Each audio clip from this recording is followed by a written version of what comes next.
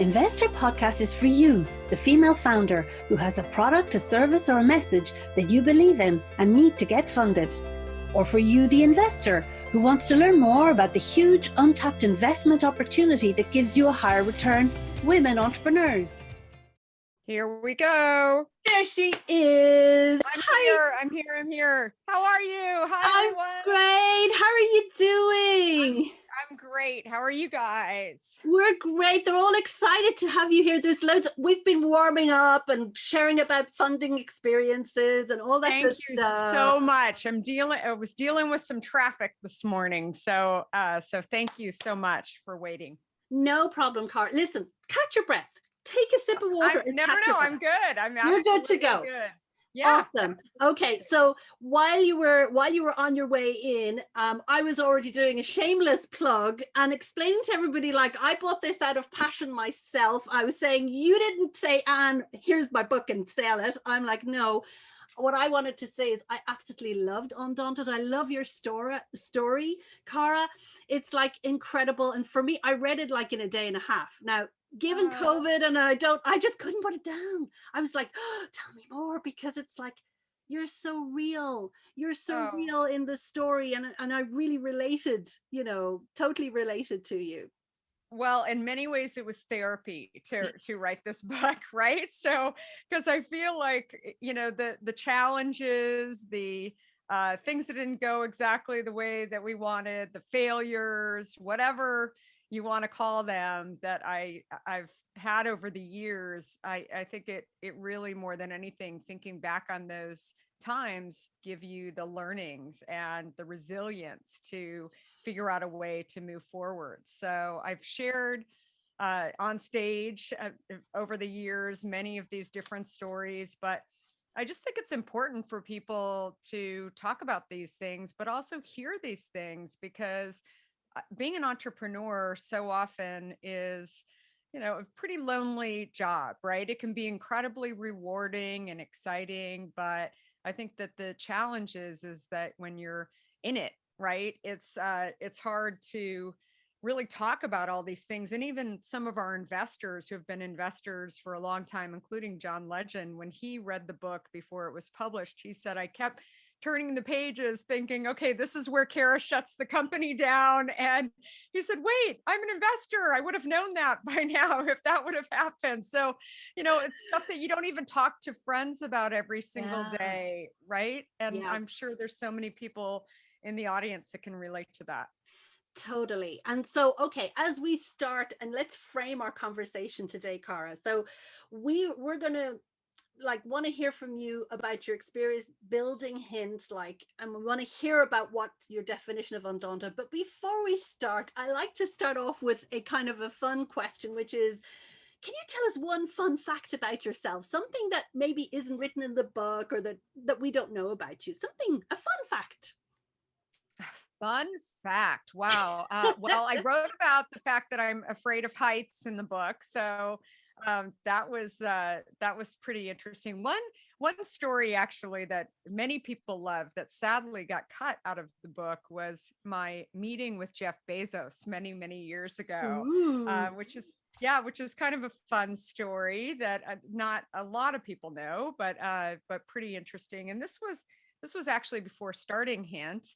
I was, this is I think it was 1996, and I was working at America Online. I had been with a little startup that was acquired by America Online, and I was responsible for the different partnerships, the retail partnerships. And we've been doing really well, getting J. Crew and LL Bean and Nordstrom's and lots of great retailers, but we didn't have a book retailer. We had been turned down by two of kind of the giants at that time, Barnes and Noble and Borders Books.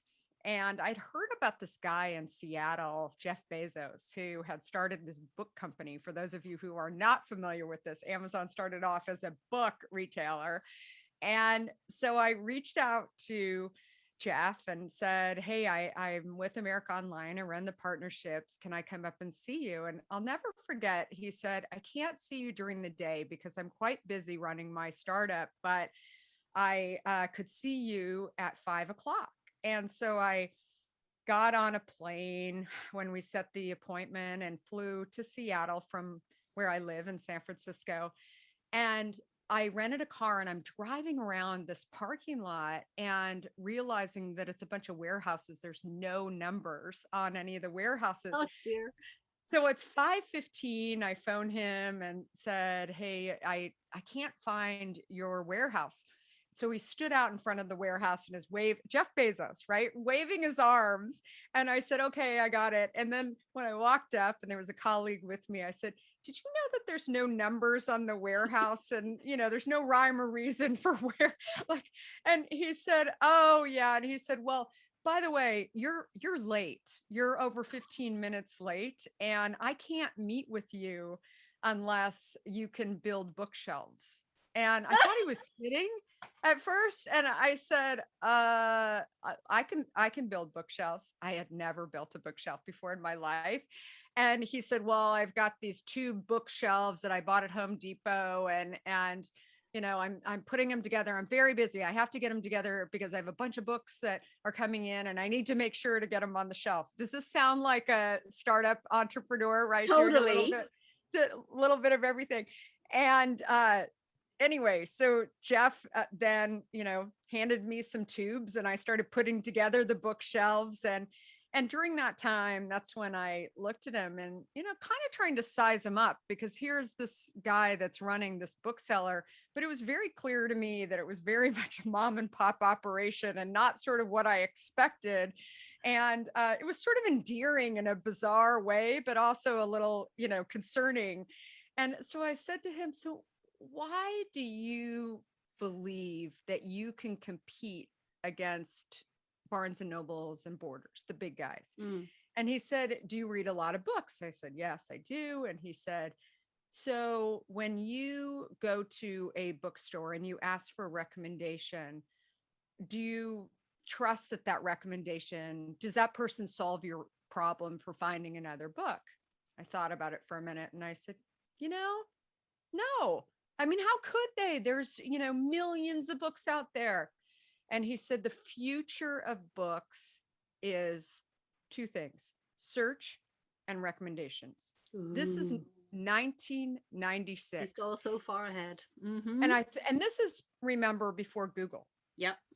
Yep. And so this is Jeff Bezos. And I remember leaving still somewhat concerned whether or not he could actually build this thing and scale it and compete against Barnes and Noble and Borders. But I remember getting on my Southwest flight and I phoned my husband, and my husband had met him through his job as well. He was at Netscape. And I said, the thing is, yes, he was a little rough. I mean, it wasn't my fault that I was late, all of those things, but he's really smart. And he said something to me that sat with me.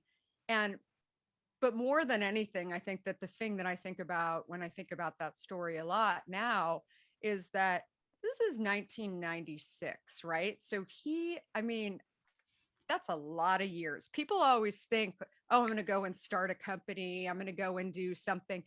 Search and recommendations. Search came, before recommendations, but recommendations arguably was maybe 5 years ago. I mean, it took a long time. It took 20 years to kind of get to a point where what his vision was able to become reality. And again, there were probably plenty of people saying they doubted him. They thought he was crazy, all of those things. But yeah. I think about that story and I argued with my editor over that story. I said, "You've got to keep that story in the book. It's like one of the best stories." Yeah. Right. So anyway, that's book 2. We've got it here now, and that's got it super here, cool. right? So I love it, and I really like the way you say that. He wasn't an overnight success. Even though he was visionary and is super smart, it took 20 years, because there's something also about timing, isn't there, Kara? Is that, like, the world has to be ready for your innovation as well. But I love the way you said it took him 20 years to get from his vision to reality, which is also about grit and perseverance, which is what you talk about as well when you share your story. So let's jump in, because we've loads of questions from the audience and I want to make sure we do it. But let's start off with, what does it mean to be undaunted? And why is that your key message? I think being undaunted is, I think it starts with curiosity, but it Mhm. also starts with trying and the ability to go out and take on your fears Mm. so often. Look, it's it to it, especially the older we get and the more experience we get, we think that we're not going to be afraid of anything anymore, right? When we're young, we have fears. We have fears of taking on a new sport or going to school for the first time. Maybe you have a little bit of jitters when you're, I don't know, going to a new job. But when you think about it, we try and avoid fear Mm. mostly versus actually putting ourselves into a somewhat fearful situation because we think we're too old for this. We're too experienced for this. And I think being undaunted means putting yourself on a daily basis into a situation where you are going to learn. And I Mhm. think that the hardest thing is figuring out what you're curious about. And for me, starting Hint, I had been in tech, considered an executive in tech, one of the youngest executives at America Online, one of the few females too. When I had this idea for Hint, my company, people looked at me like, wait, why would you do that? I mean, Mm. you are now at the top of the mountain. I mean, why should you go down? And I mention this because I think I wanted to continue learning. Mm. I couldn't put that into words at the time. I knew I Mm. wanted to do something else. I probably said I was bored or whatever you say when you're thinking about, I've got an itch to go and do something else. But that is, it has to be purposeful. You have to Mhm. live undaunted. Otherwise, you won't continue to learn. And, I'd say in terms of resilience, the,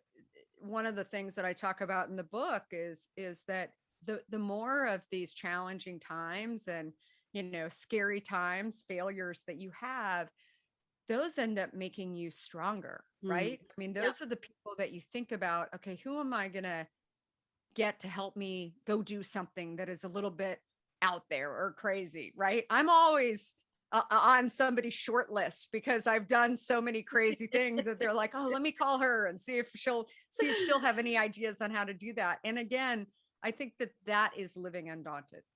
I love it. And it's interesting because Susan, she's in the ed tech sector in the States. Oh, by the way, we have people who are here from all over the world, Cara. I wanted to say this is so Wonderful. exciting. So we have people from France, America, Ireland, Israel, Argentina, Sweden, Spain, and Susan had a particular question. So she said, being undaunted and being confident are two different characteristics. Can you Mhm. marry them? Can you put them together? Undaunted and confident. Yeah, I think confidence is a perception, right? So Mhm. often because the more entrepreneurs that I've spoken with actually do have fears when they're going into something new. Yeah.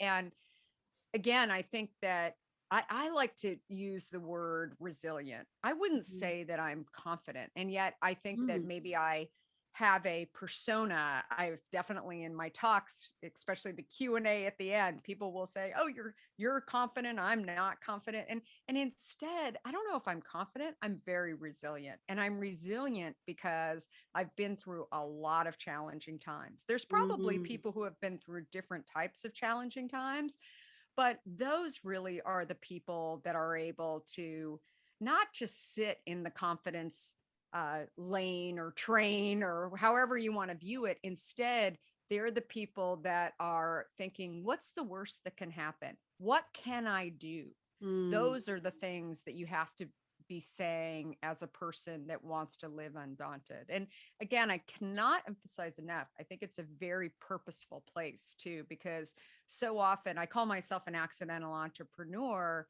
but I think that the more times you put yourself into situations where you could go do something else, it's always a choice. And Mm. maybe a lot of times you should go do something else. But when you don't really know what's going to happen and you start traveling down a lane and trying to figure out whether or not it can happen, you start to think about, but it might. I mean, that's what's so fun and crazy, that the unexpected, the doubts that are going through your head, the doubters that are out there, my head always starts to think, what if it starts to become a reality and actually happen? And there always is that chance that I would fail. People say, do you just forget about failure? Do you Hmm. just not acknowledge it? No, not at all. I always am hedging, saying there's a chance that I fail, but I don't choose to focus on that, because if I'm focusing on failure, why am I even getting started? I love it. That's something that Tony Robbins, the fantastic motivational Yeah. speaker, says. It's like what you focus on is what you get. So if you focus on fear, Ooh. that's what you get. And if you focus on what if, why not me, that's what you get.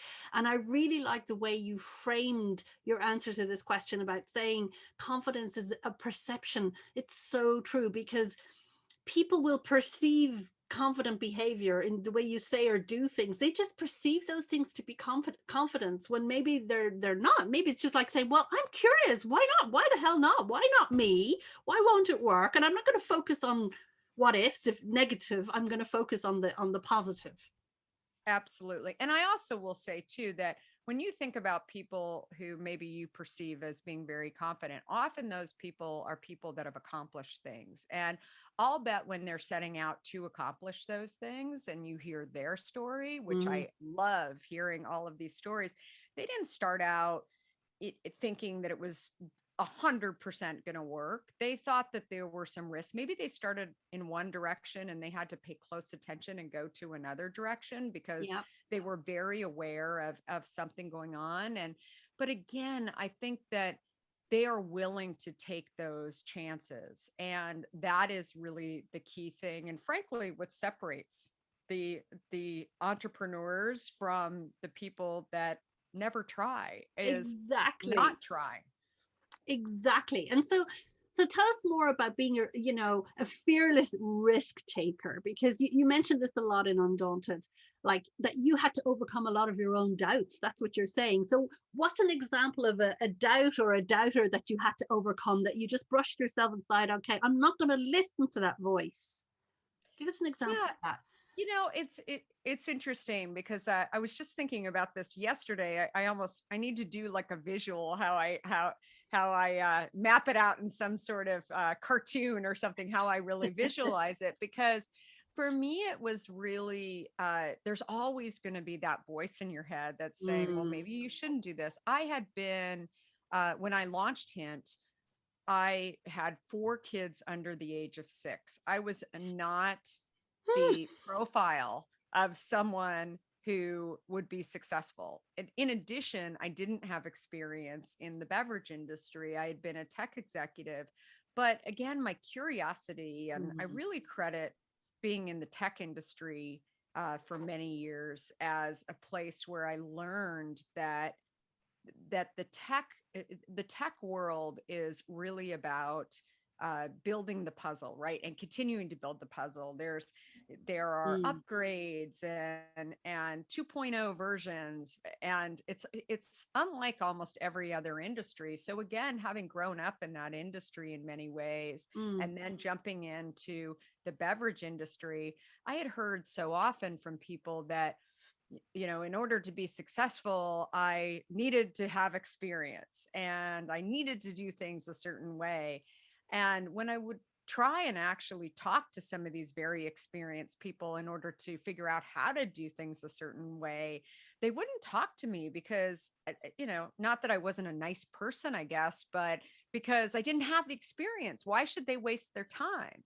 And so instead, what I realized is that taking these skills from the tech industry and just thinking, I'm going to go and try.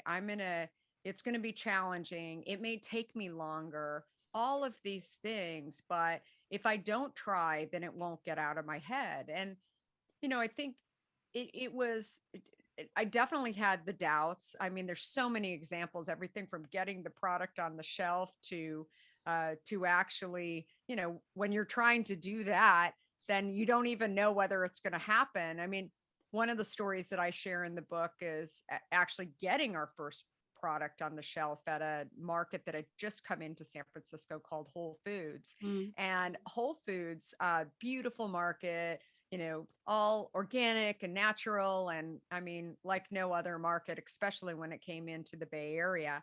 And so on the morning that I was having my planned C-section for my fourth child, As you I do. wasn't, yeah, and I was not supposed to be at the hospital until 4 o'clock in the afternoon. And so my husband said, "What do you want to do this morning?" And thinking I'd say, "Let's go to brunch, let's go on a nice walk."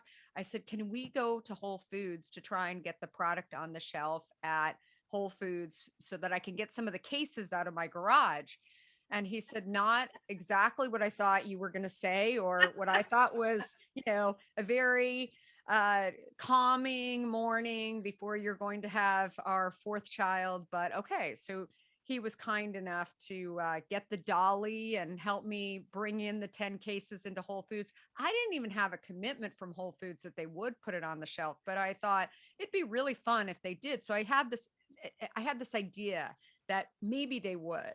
Maybe they wouldn't too. Maybe the guy wouldn't be there, right? I doubted. I was like, I don't know, but I wasn't going to tell my husband that I doubted because he'd think that this was a waste of time. So instead I said, "Oh, I had met this guy before. I'm sure he's going to do it." So I get to Whole Foods. My husband's wheeling in the cases of hint. And I said, "Hi, do you remember me?" I had talked to him a couple of months previously and asked him lots of questions about how do I get a product on the shelf of Whole Foods. And he said, the first thing out of his mouth, he said, "You are really pregnant." And I said, "I am." Yeah. And he said, "Are you going to deliver the baby in the store?" And I said, "Gosh, I hope not. I'm actually having a planned C-section at 2 o'clock this afternoon." And he said, "A planned C-section. So what's the difference between a planned C-section and an emergency C-section?" And I said, "You're talking to the right girl. I've had both, so I can talk to you about that." Here we are to sell beverages into Whole Foods. And I'm talking to this guy about how babies are delivered. And so my husband backed up into the fruit and vegetable aisle and horrified, thinking, "Oh my gosh, she's going to go there."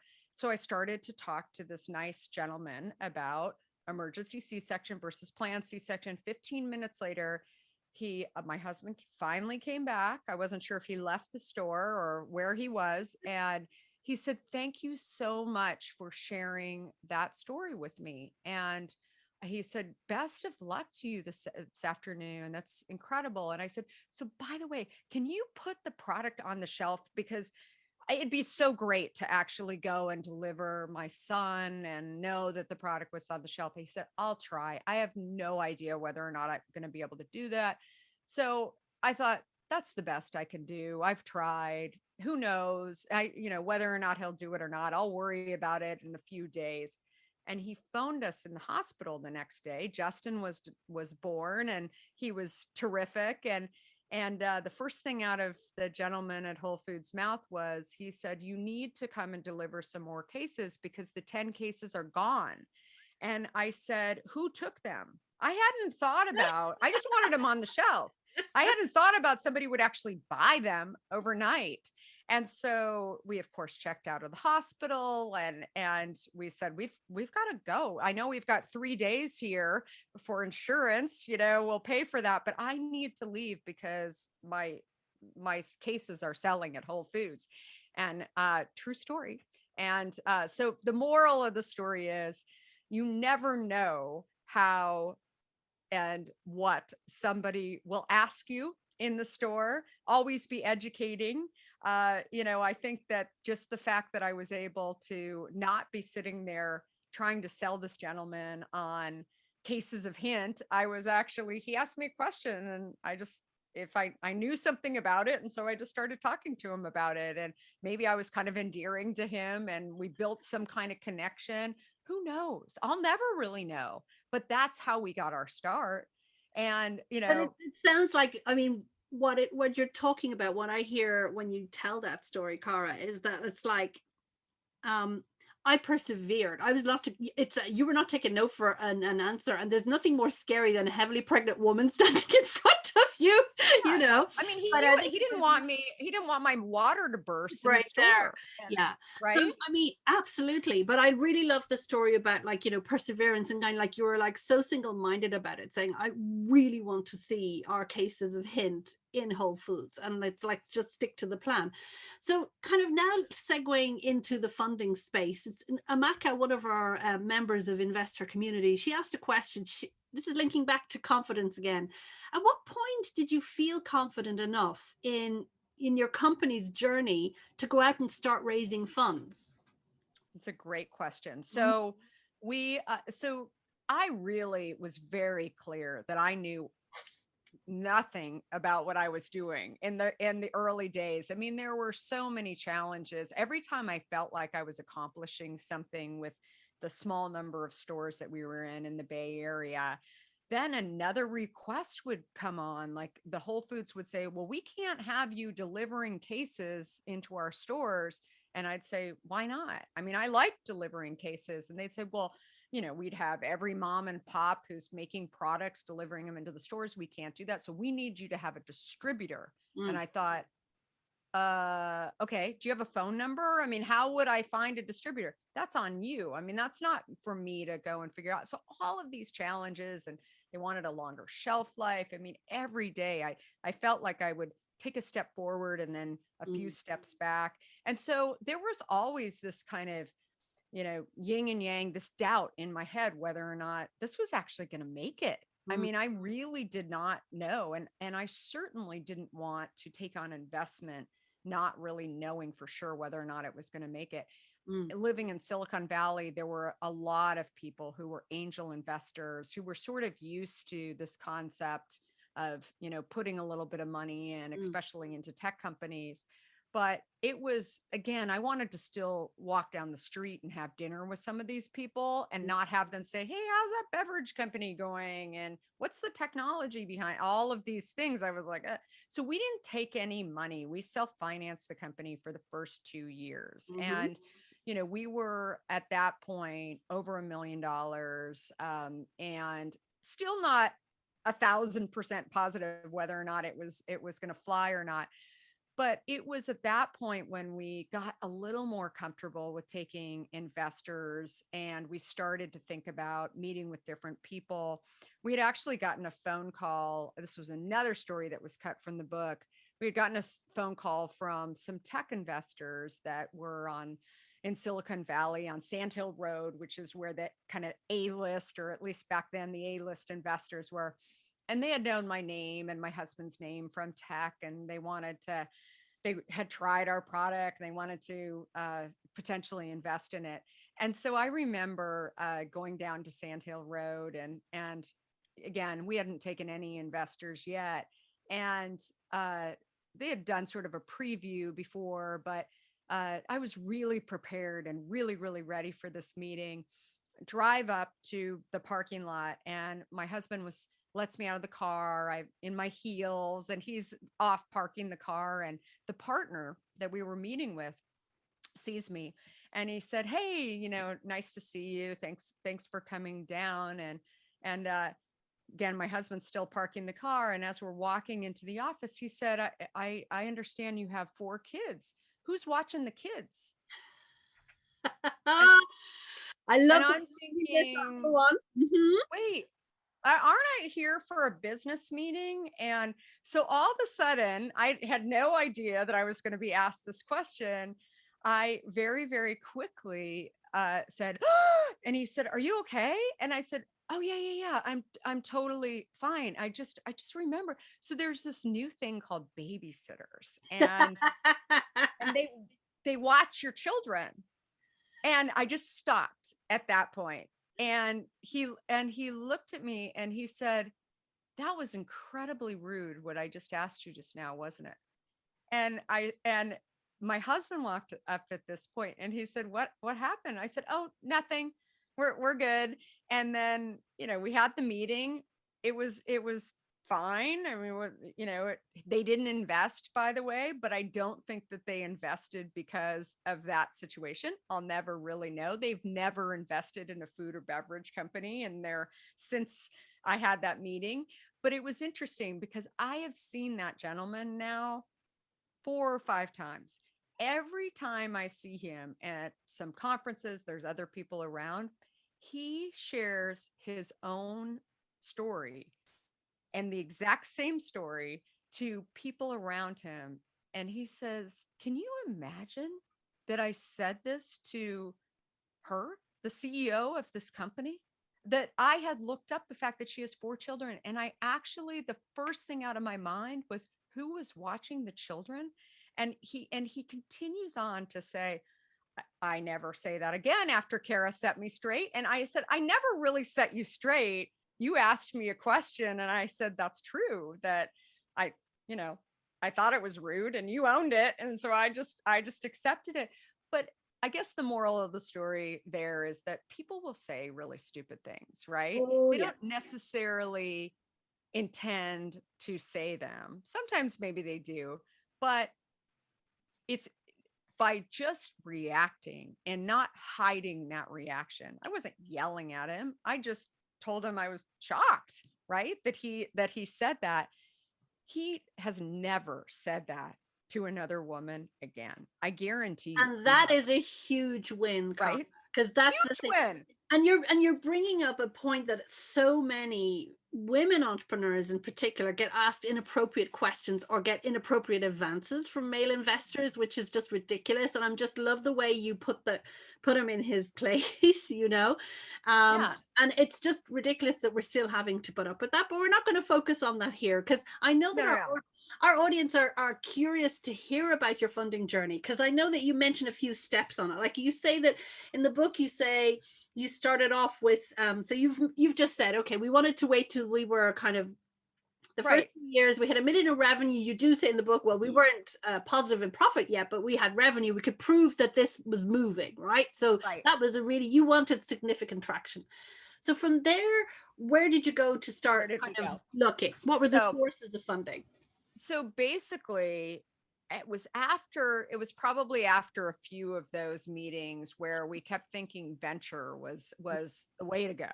And we weren't kind of hitting it with many people for a variety of reasons. Many of the people, especially in Silicon Valley, where, we knew some of these people were tech people. So we did start to hear from angel investors and people who were fans of the brand, who had reached out to us and said, are you taking investment? And some of those people went away when they heard that there's not technology behind it.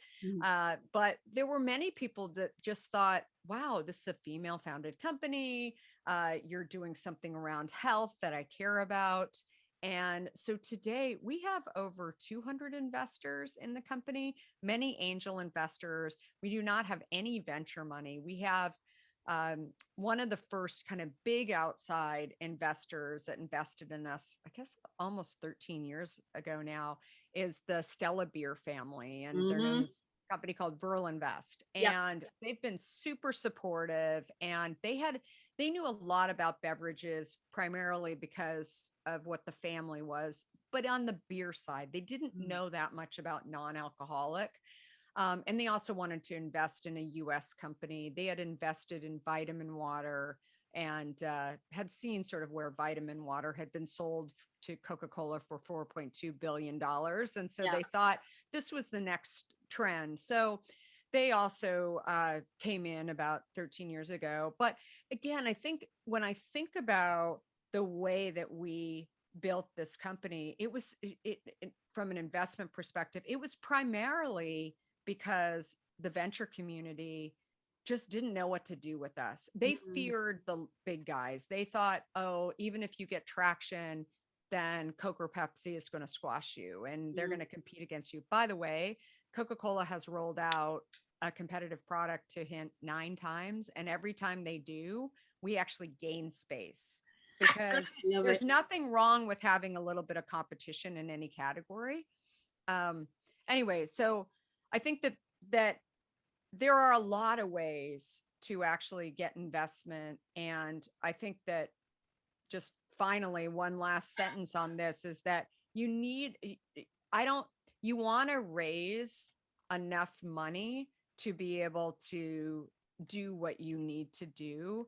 And I think I would also add to it that one of the chapters I talk about in the book is the 2008-2009 financial crisis. And certainly over the last year, we've also seen, really challenging time. And I think it really just depends on your category. But the first thing that we did when we knew that when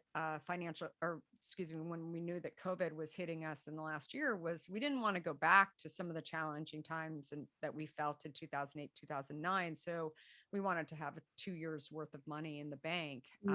And we raised money, but we did it because we were set up properly. Yeah. And, so that stuff is always important. So I wouldn't raise too much money, because we've continued to raise money in small tranches over the years, primarily because we've chosen to do it our way. And we didn't want kind of heavy commitments from, venture or private equity that tells us how to run the business. And I'm happy we have, because we've been able to, scale back when we've needed to, when maybe there's, challenges with suppliers or retailers, or we want to do things a little bit differently around how we actually sell, including over 50% of our business is direct to consumer, which is not normal for the beverage industry. So again, I think that my opinion is raise enough money to be able to get through the challenging times, and maybe a little bit more, because otherwise you're leaving a lot of money on the table in terms of valuation. And I think it's really, really important what you're sharing, because few things there. One, that, like, you mentioned in the book, you put in your personal savings. How many times did you mortgage your house, remortgage, or sell it? And then, you really went full all in, both of you. You was with your husband, but you got your friends and family, your angels. And then I really like what you're saying, because you're saying, even though the venture wolves came calling, they weren't the right fit for us, or they didn't really understand us. And we wanted to keep control over how we did things. It's very important what you're saying, because when you take angel investment, and this is just for the benefit of our audience, you choose your partners. They really are close to you, because it's their personal money that they're putting on the table. With the family office, it's slightly different. But again, with the family office that you mentioned, with Verl Invest, they understood at least the drinks industry. So they had a really intimate understanding of the functionalities, the way it worked. So, but they were in it with you, and they're like, yeah, we get this. We get what you're doing, and that you want to bring a healthy alternative.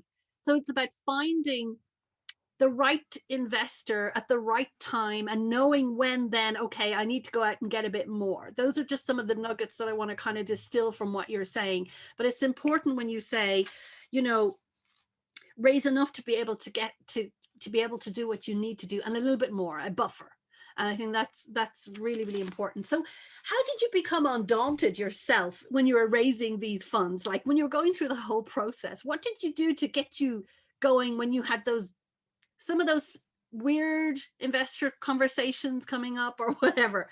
Yeah. How were you undaunted? I think it's the same way that I sort of tackle most everything, which is, you can have a plan. You can say, okay, I'm going to go out and raise $20 million, or whatever, the $5 million, $1 million, whatever the number is. But then think about, okay, what do I need to work on today in order to accomplish that? Yeah. And kind of stop worrying about the 20 million. Yeah. And that you're doing a big raise, because that will psych me out.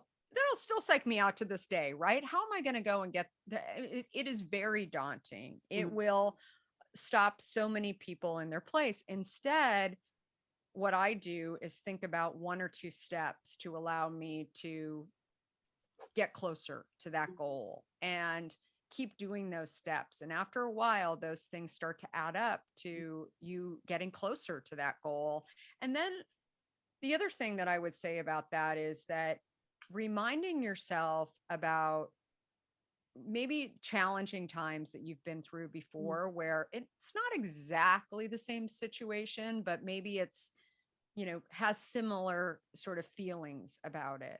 And I think that that's why doing a journal is so important too, that it allows you to go back to those times and learn from them, versus actually being freaked out by them. I remember at the beginning of COVID, I had other founders calling me and asking me, different insights, including, were we going to raise money, or how are we feeling about things? And I think in general, I heard from more than a few how calm I was. And Mm. I think that, again, it goes back to, call it living undaunted, call it, being used to living with, this, I gotta just go figure it out. And instead of allowing myself to be blocked by these things, I think that is such an important sort of mindset to have. Yeah, I love it. I love it. And it's not easy, but it sounds like it's a muscle. It's a muscle that you build. But I really like the way you're saying, like, that you journaled it and you reminded yourself of how you overcame big challenges in the past. Because sometimes we don't realize it. We're like, okay, we deal with a big situation and then we just move on to the next thing and the next thing. But then sometimes it's good to take stock and say, what did we learn from that situation and how can we carry it with us forward? So what would you say would be your key tips now to female founders, to become undaunted when they're raising money? If you had to give them some do's and don'ts, you've mentioned a few things here, but if you had to kind of say quick fire, some do's and some don'ts for women to be undaunted.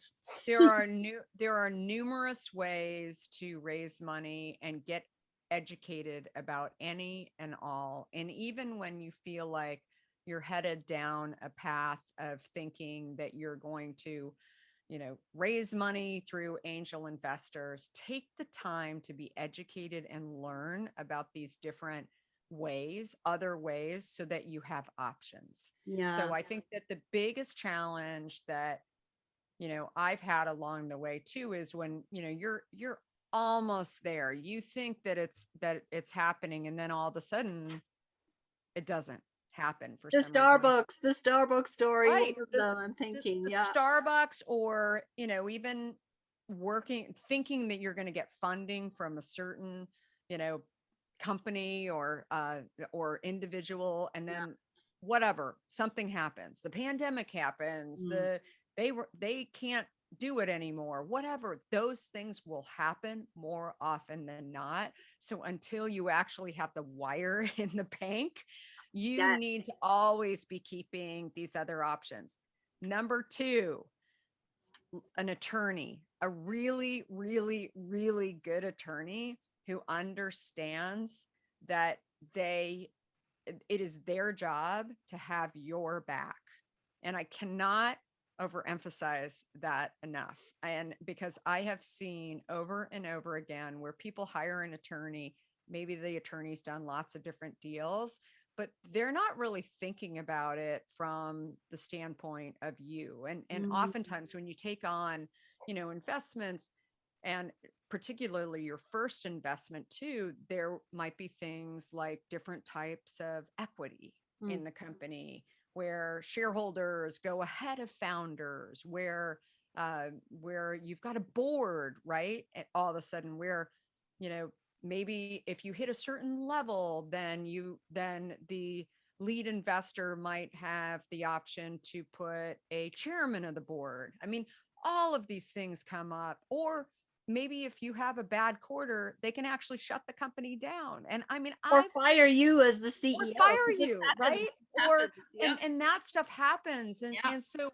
I think that my husband joining us early on, he was an incredible intellectual property attorney in Silicon Valley and had dealt with a lot of different deals before. So it's nice having an attorney in house, but we still had an outside counsel and still have an outside counsel to look at things. So it is worth your money to pay a very good attorney, and that really, really can prove to you that they've done this stuff before, and also tell you the bad stories, Yeah. and tell you that they know where the bad holes are. Yeah. And it doesn't, and I think that is so critical. And then finally, just know that it can be lonely. It's very depressing. I share with, every time we've raised money, I've said I hate raising money. To me personally, it's like begging, Mm. for money. It's very, I just don't like it Mm. at all. Mm. But I know that it's a fact of life, right? It's a fact that I have to, it's like changing diapers. There's a certain times that you have to do it, right? I love it. Along the way, it's not my favorite thing to do, but it's a time that you need, that there is a time that you need to do it.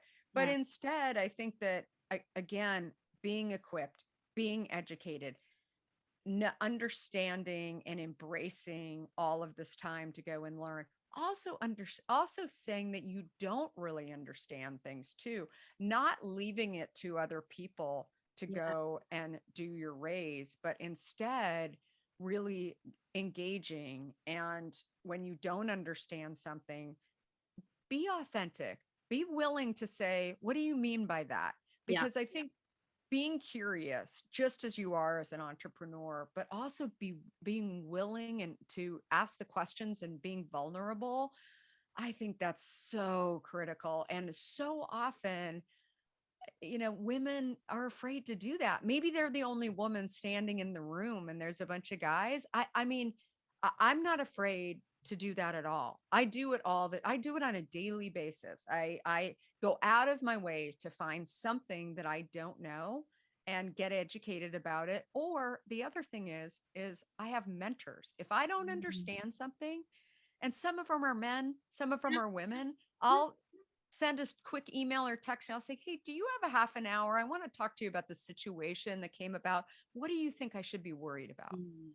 And I think that that's showing that I'm vulnerable, Yeah. but it's also showing that I'm willing to learn about things and I don't know everything, even though I'm the CEO of a company. And it's super important also, I think, from investor point of view, because they want to be able to work and partner with CEOs who are coachable. Like, they don't want a big ego sitting there who will not take their advice. I mean, that's also a big part of why they want to be part of a journey as an angel investor, is because they want to be able to give you that smart money, to give you the networks, the advice, the contacts, etc. I agree, but I think that that's another really key thing to having a great legal agreement, because I've talked to entrepreneurs in the past, and maybe you've been through this as well, where we've got 300 investors. I've had entrepreneurs say, "Oh my gosh, isn't it a nightmare?" And the thing is understanding what their rights are, because we've Mm. had people say, "Oh, you're having a board meeting? May I come? May I come to your board meeting?" No, No. you can't. Right? And understanding Yeah. that stuff, Yeah. right? And understanding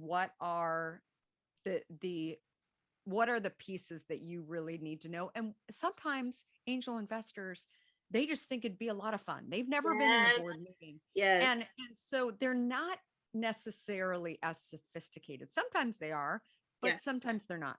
Yeah. So I think it's really, really key for you to definitely if they have introductions, but I've had times too where I've had investors say to me, would you mind talking to, my 26-year-old son who has no idea what they want to do with their life?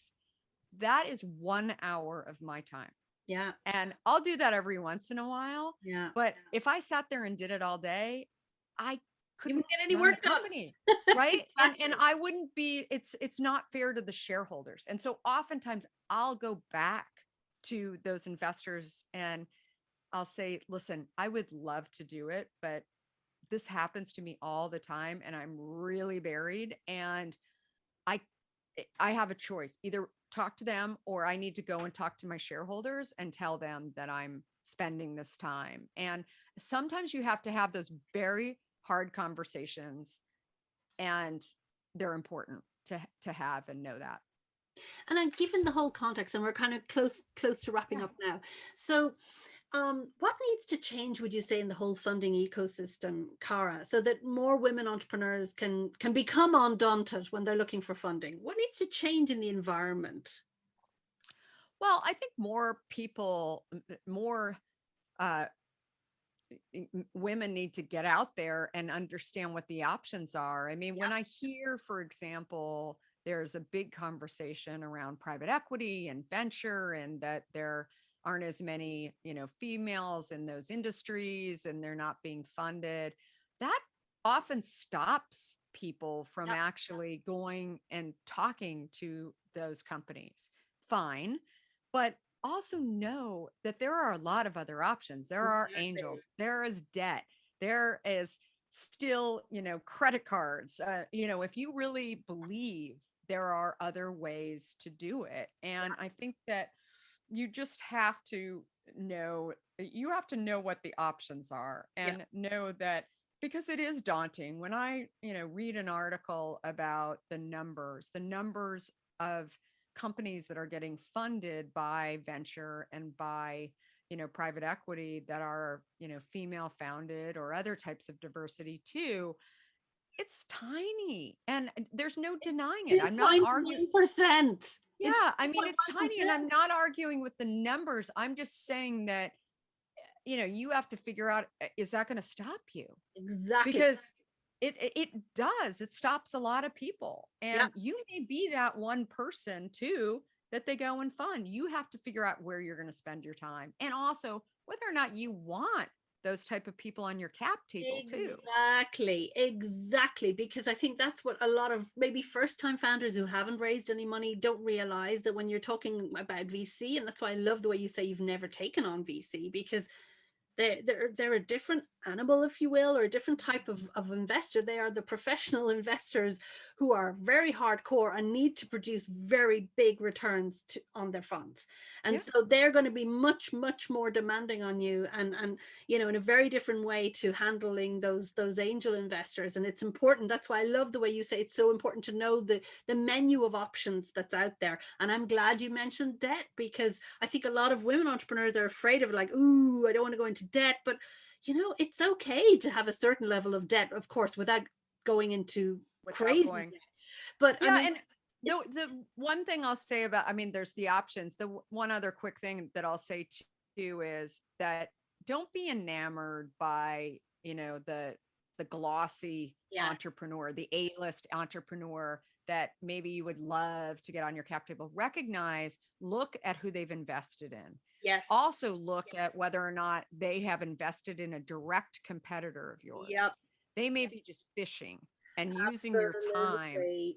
right? And I think that is so important to remember too, and know that if they have never invested in your industry or any at all, it is very unlikely that they're going to invest in yours. Not to say that you shouldn't meet with them, but no, don't take it personally, Yeah. right? And Yeah. figure out where to spend your time, because Yeah. if it's a long shot, that whether or not they're going to do it, I think that you should really recognize that. And again, if you have time to do it, great. But if not, just know that, well, I knew it was a long shot. They've never invested in other companies in this industry, so I just really wanted to go have a meeting with them. Fine. Yeah. But investors have way more time than you do. Yeah. Exactly. And they will say the same thing. And so you figure out, where are you going to spend your time? And that is so critical. I love it. So, how can we put more fun? We started with the fun fact at the beginning of this conversation, and we're going to kind of close the loop on this. So, first of all, how can we put more fun into this whole funding process, Kara? What were your words? I think more than anything, entrepreneurism is the future, Mm. right? And go out and start companies all over the world, right? And I think it is so critical. Find your idea Mm. if you don't already have one, and figure out, how do I make it happen? And there are people, and you have to, get the word out there about what you're doing too. I think there's so many ways on social media where people are, talking about their companies. And I mean, the number of people who have reached out to me, just through social media, not even through, connections that I know, that have heard my story, they, love the product, is unbelievable. So I believe there's investors out there. You don't have to say even that you're, raising money. You can, but I think actually sharing your story Yep. and letting people know what you're doing, what is your why, Yeah. uh, w- and And again, sharing your story doesn't mean, oh my gosh, we're losing all this money. How are we doing? You don't have to say everything's perfect every day either, but you can also talk about your press that you've gotten, or some of the, great momentum that you're getting to. Use social media, and, there's different ways to use it, but start to understand, how does LinkedIn work? How does Twitter work? I mean, I think for fundraising, probably LinkedIn is just, it's a free platform, right? That you can go and talk about what you do. And I think you do it so beautifully. Sorry to cut you, because you do it so beautifully, Kara. I mean, you're a specialist across all the social media, but I particularly love your LinkedIn. And I loved, for example, the post you did recently with just the bus shelter or the bus stop ad, and you had your core message in there, and you have thought-provoking messages from your story, from your experience, that grab attention and say, hey, and you're always like, keeping top of mind. And I love that. I need to know, when is Hint coming to Europe? I mean, I'm crying because we can't buy it here. So like, well, hopefully soon. And it was, I'm really hopeful. We had planned we were sort of waiting on Brexit prior to COVID. And my daughter was actually going to school in Ireland for a year. And so we were thinking, we were sort of looking around at some different co-packing plants. What the main thing is I'd really like to produce as locally as possible in each of the countries. I don't really believe in shipping water from one country to another country. And so that was really, kind of the thinking. But again, the product, just really quickly, is an unsweetened flavored water. So we use fruit to actually flavor the water and just make water taste better. And I think that the key thing that we've seen is that all over the world, health has become top of mind for people. If one great thing came out of COVID, it's that everyone all over the world wants to stay healthy. And I think that understanding what they're putting into their body is absolutely critical. And if we can do something to really help consumers all over the world drink water, and we have lots of, conversations and work that we're doing in Washington and our country around clean water. We also, there's lots of different ways, but I won't get too much into that because I know we're short on time, but I hope you'll all get a chance to read the book. You can also hear the book on Audible. I read the book, so you'll be graced with my voice if that seems okay to you. And yeah, I mean, we're now the largest independent non-alcoholic beverage in the US, and hopefully you will see that in other countries soon. I love the idea of Irish water being part of that journey. Just saying, if ever it were to happen, we do very pure water in Ireland. Yes, I love it. I love it. Thank you so much, Kara. Everybody, please say thanks here. Put it in the chat box, please. Just as she goes, I want you to be able to see. Love the book, says Pat. Amy is saying, where do you source the fruit for Hint? So there we go. Pat Lewis is saying, she says hello to you, that just so you know. But just please tell everybody how awesome she is. Everybody saying thanks. Thank you so Kara, much. we'll put a link to the book, to the audio. And of course, you catch Kara on all the social media at Kara Goldin. Do #Undaunted. And just listen to her podcast, get the book. I cannot recommend it more highly enough. It speaks from the heart, and that's what grabbed my heartstrings. But thank you so much for spending this moment with us this morning, Kara, and good luck to you. I can't wait to see the next part of the journey as you take over the world. Thank you. Have a wonderful weekend, everyone. Thanks again. Take care. See you. Okay. Bye-bye. Bye. Thank you for listening to Investor Podcast. Don't miss more great funding tips and insights by subscribing to the podcast on Apple or your favorite podcast host. And while you're there, I'd love you to rate and review the show.